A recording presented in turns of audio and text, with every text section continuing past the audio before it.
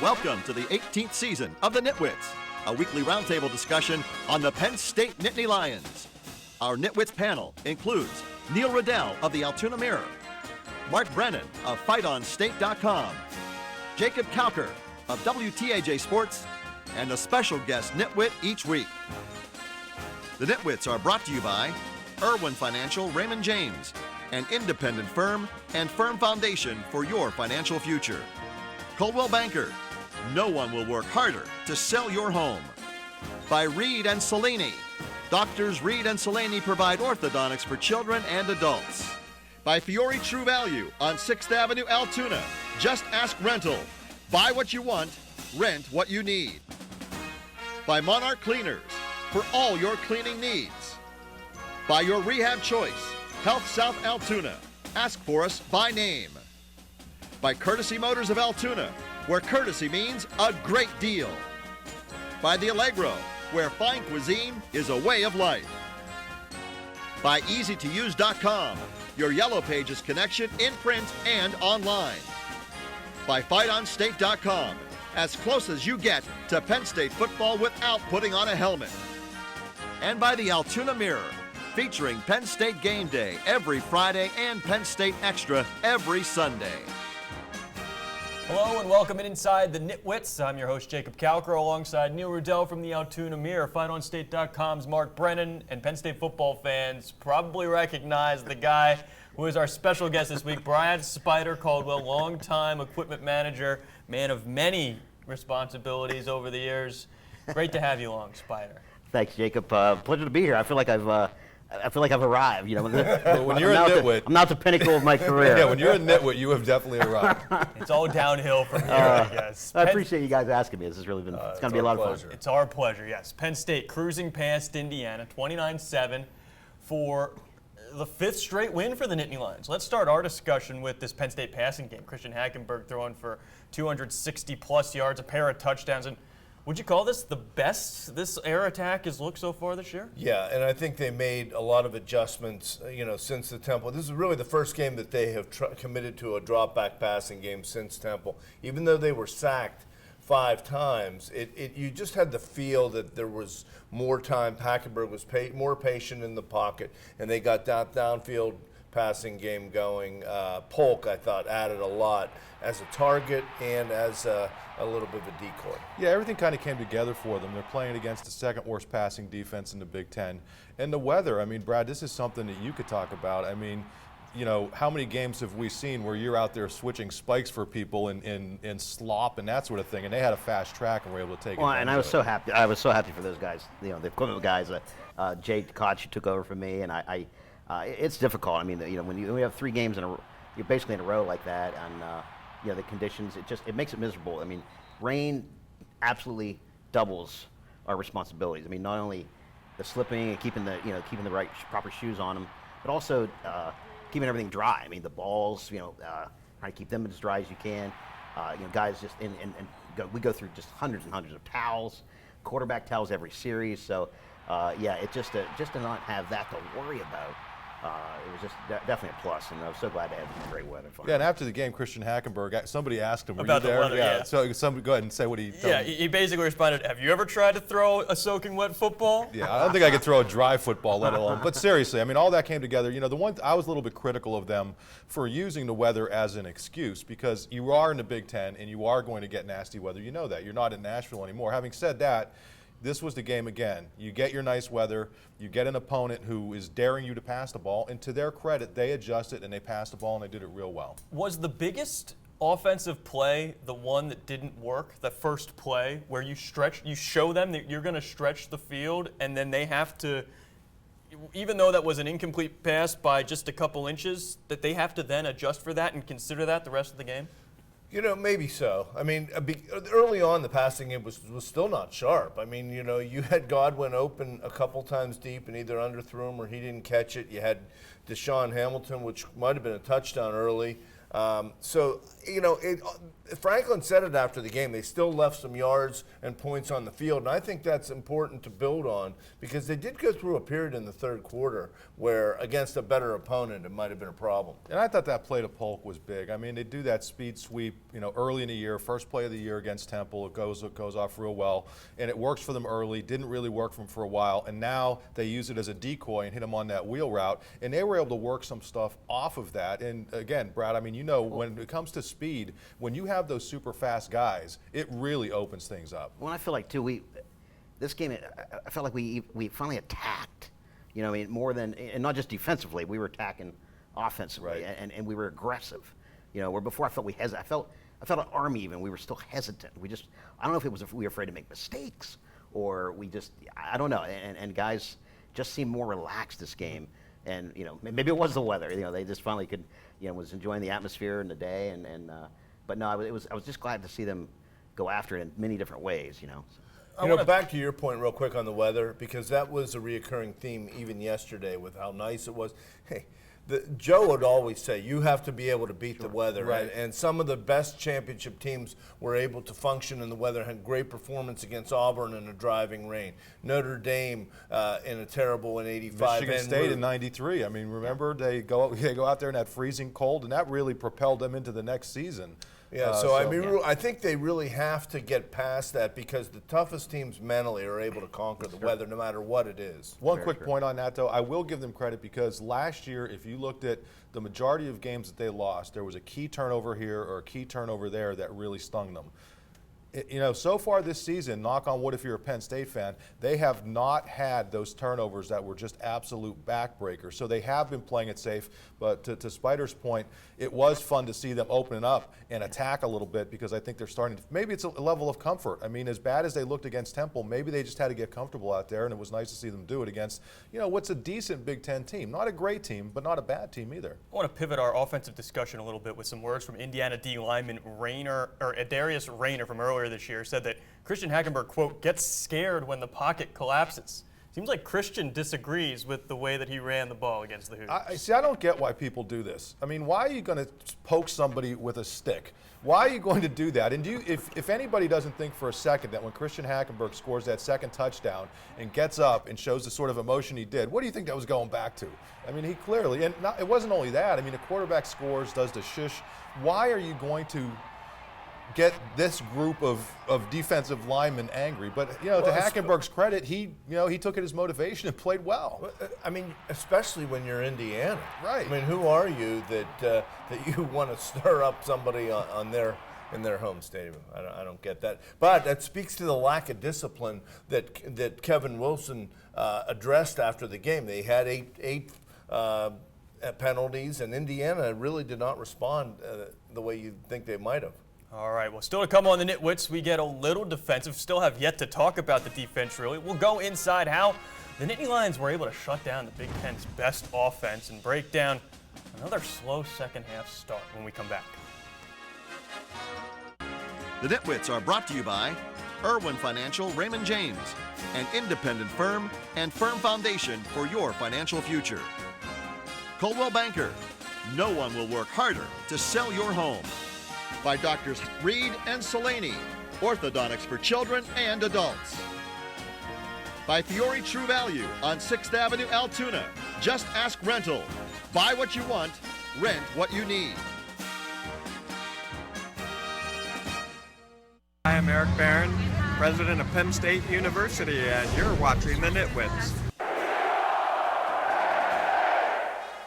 High level. All the way to the top. His proudest moment, I'm sure. We're just making careers here on the Nitwits today. Penn State now 5-1 this season, a perfect record at home, an unblemished 2-0 mark in the Big Ten.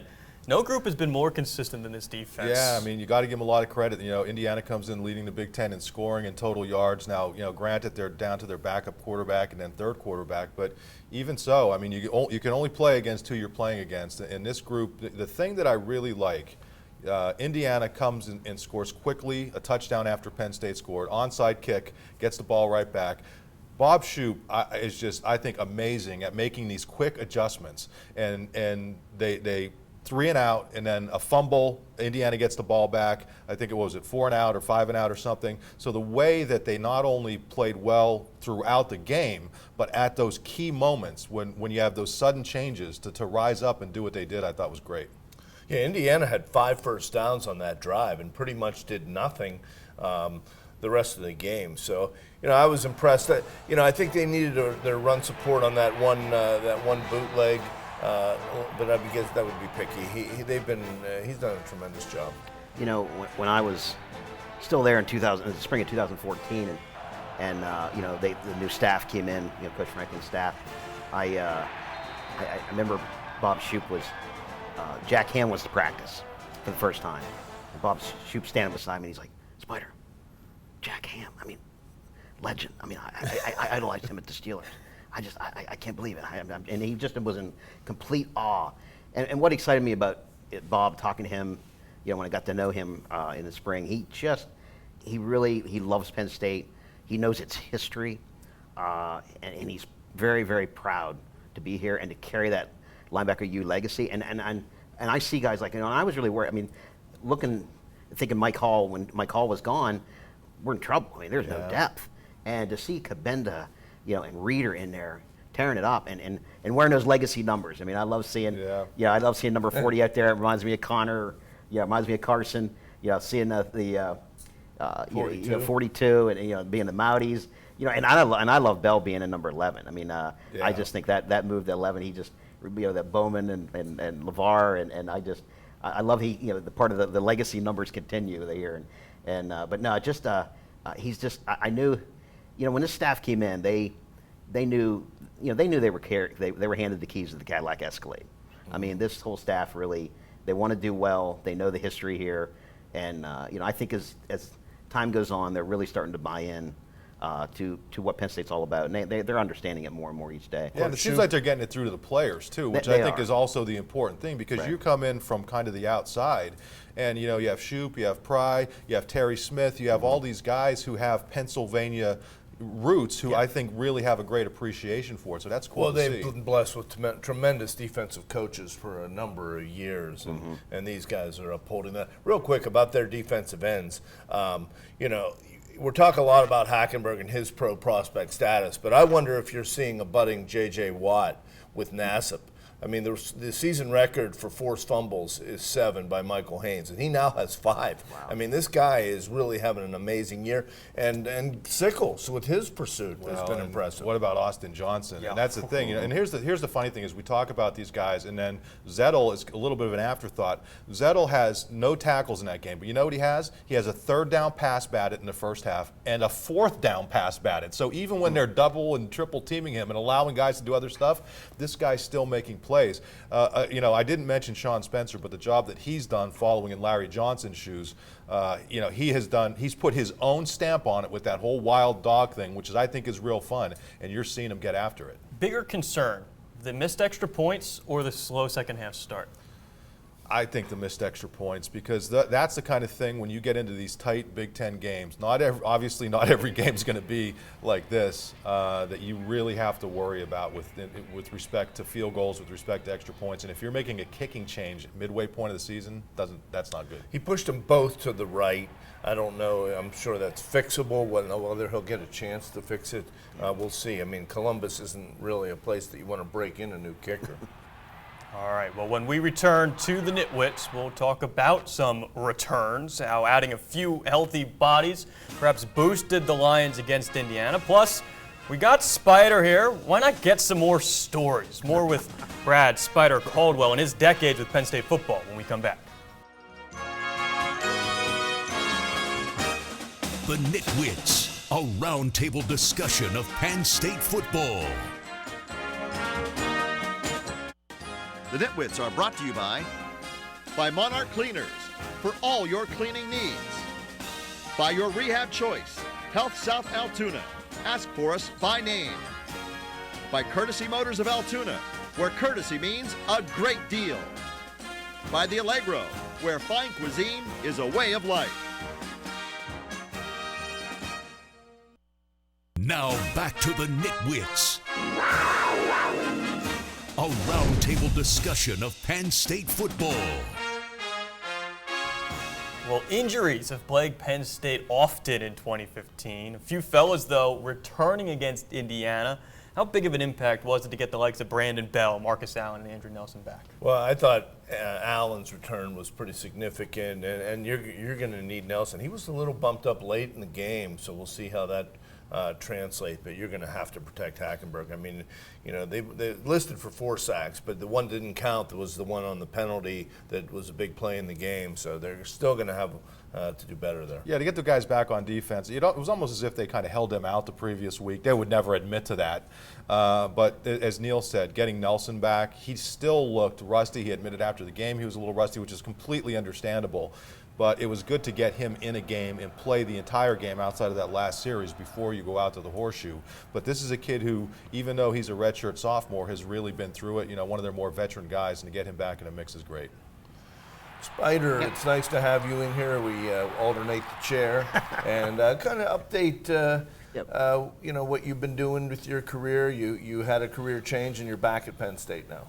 Yeah, Neil, I just, when Coach Franklin came in, I worked that spring of 2014 with him. I just, you know, it was just after what we went through the 3 years prior, and you know, Coach O'Brien came in. I felt real comfortable with him after the first 6 months, first 6 months, and I just, you know, when we made another change, and I was just like, oh, I was mentally fried, and I just thought, you know, personally, I'm ready for a change, and you know, Coach Franklin understood. I mean, he was disappointed. He really wanted me to stay, but I was, you know, but he totally understood. But, you know, it's funny, when I left, I'm like, boy, you know, I went to be an athletic director at a high school in Vermont, and once I got up there, I'm like, what have I done? And I really miss my Penn State family, and just, you know, sometimes you don't realize what you have till you don't have it anymore, and you know, so, you know, looking back here, and I saw an opportunity to come back and work at Beaver Stadium now with operations and working with club seat and suite sales and event management. I really am enjoying it. I'm really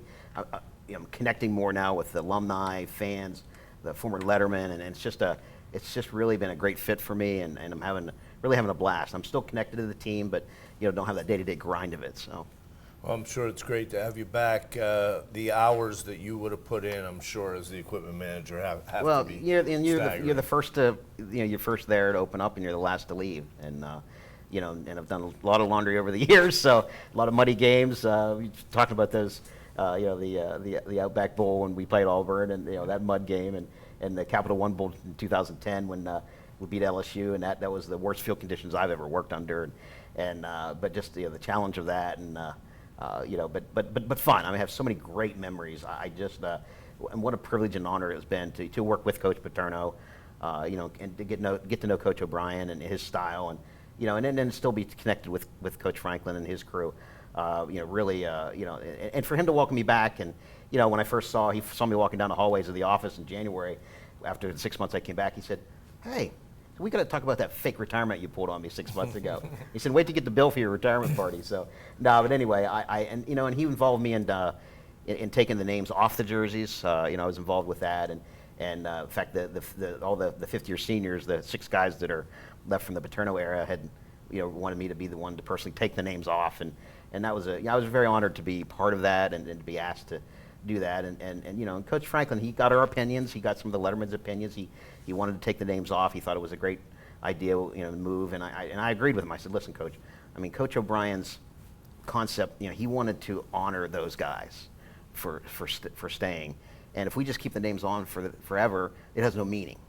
So now when you watch ESPN Classics 20 years from now, see those names, you'll know that we went through a difficult time, but those guys were special and kept us going. And I think, you know, people don't realize too, I think Hackenberg and Brenneman and that class of 2012, freshman class, you know, they deserve as much kudos to staying and being committed and not leaving too. And I want to really personally thank those guys. How much pride do you take in being kind of a guy who helped bridge a lot of things? Because your office right near Wally Richardson, head of the Letterman's Club, when anybody comes back, they want to see Spider, and I think you should be very honored by that, and I'm sure you are, to be the kind of the guy that. It's completely humbling. I just, you know, I almost don't know how that ever happened, but I just am to be that connection to the past, but yet, you know, we're trying to get, you know, we're moving on to the future, and the Letterman here this past weekend that we're in for homecoming, coming over and they look in my office, and I turned my office into a mini equipment room. And in fact, Ken Hickman, the museum director, says, "Hey, I'm going to bring tours down. You go in." I get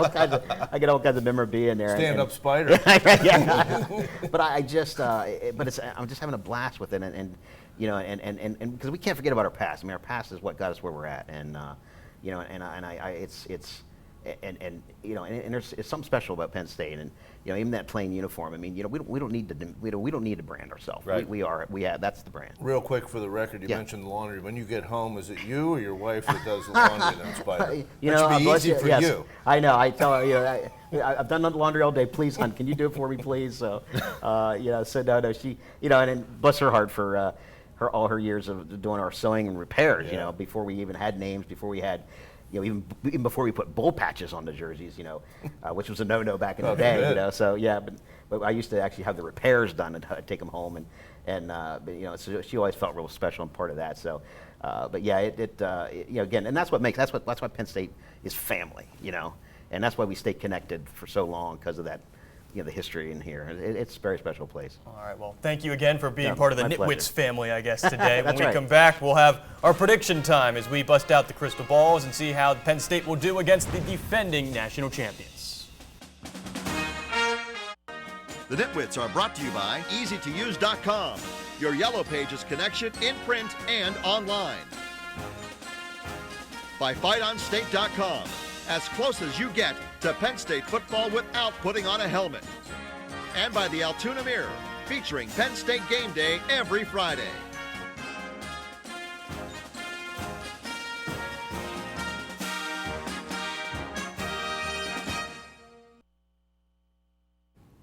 Penn State going into Columbus to play the defending national champions. Who we got this week? Yeah, I don't think there's any chance that Penn State's going to sneak up on the Buckeyes after what happened last year, and then Ohio State, struggled a little bit in its last couple games. So I think the Buckeyes are going to be ready for this. I'll go Ohio State 24, Penn State 13. All right. I think that Columbus has been a rough place for Penn State historically, especially since the sanctions kind of kicked in. So I'm going Ohio State 28, Penn State 17. Yeah, a big opportunity here, with this new coaching staff. They have not played well on the road in the Big Ten. I'm going to say Ohio State 27, Penn State 14. I'm glad you didn't pick 11 points, too. Listen, we took the national champions last year to double overtime. We were 17-17 in regulation. Penn State 21, Ohio State 20. With authority. I Way like to he carry is ready to get out there and Way to represent the chair, Spider. Speaking of the chair, let's take a look at the standings. Our guest is still at 0, so maybe this could be the I hope breakthrough. it works for you, Spider. Yes, sir. Thank you. This is the midway point of the season. Neil is dominating so far. Hey, I'm Joe, just glad that Brennan is on the board. Hey, Joe always said you can will a win. Okay, we're willing this win. If anyone's going to do it, it's going to be Spider. Obviously, Mike hasn't been able to pull it off. All right, we'll see you next time on the Nitwits.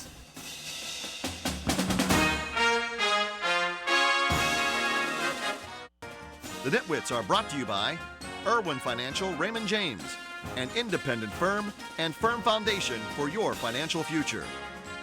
Coldwell Banker, no one will work harder to sell your home. By Reed and Salaney, Doctors Reed and Salaney provide orthodontics for children and adults. By Fiore True Value on 6th Avenue, Altoona. Just ask rental. Buy what you want, rent what you need. By Monarch Cleaners, for all your cleaning needs. By Your Rehab Choice, Health South Altoona. Ask for us by name. By Courtesy Motors of Altoona, where courtesy means a great deal. By the Allegro, where fine cuisine is a way of life. By EasyToUse.com, your Yellow Pages connection in print and online. By FightOnState.com, as close as you get to Penn State football without putting on a helmet. And by the Altoona Mirror, featuring Penn State game day every Friday and Penn State Extra every Sunday. You can also see the Nitwits on AltoonaMirror.com. Thanks for watching, and we'll see you all next week.